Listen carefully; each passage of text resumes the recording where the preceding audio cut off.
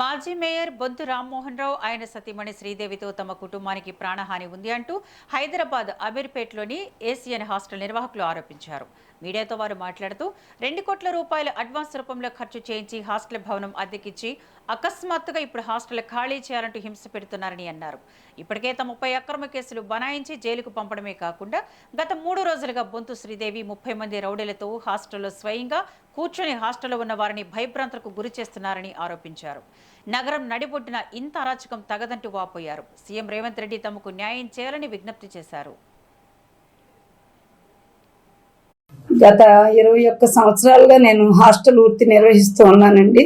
గత 3 సంవత్సరాల క్రితం నేను ఏషియన్ పీజీఎఫ్ఆర్ గర్ల్స్ నిమిత్తం మా హస్బెండ్ గారు బొంతు రామ్మోహన్ అత్తగారు అయినటువంటి బాయమ్మ గారి దగ్గర, బొంతు శ్రీదేవి గారు అమ్మగారు అయినటువంటి బాయమ్మ గారి దగ్గర రెంట్కి తీసుకోవడం జరిగిందండి. వారి సమక్షంలోనే గత 2 సంవత్సరాలుగా వారు మా కుటుంబాన్ని అనేక విధాలుగా వేధిస్తూ బిల్డింగ్ ఖాళీ చేయకపోతే చంపేస్తామని 2 కోట్ల రూపాయలు పెట్టుబడి పెట్టున్నామండి.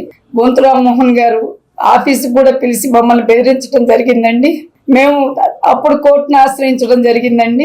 కోర్టును ఆశ్రయించిన తర్వాత కూడా జిహెచ్ఎంసీ వారిని, హిజ్రాల్ని, రౌడీలని పంపించి పలుమార్లు మా పైన దాడి చేయించడం జరిగిందండి.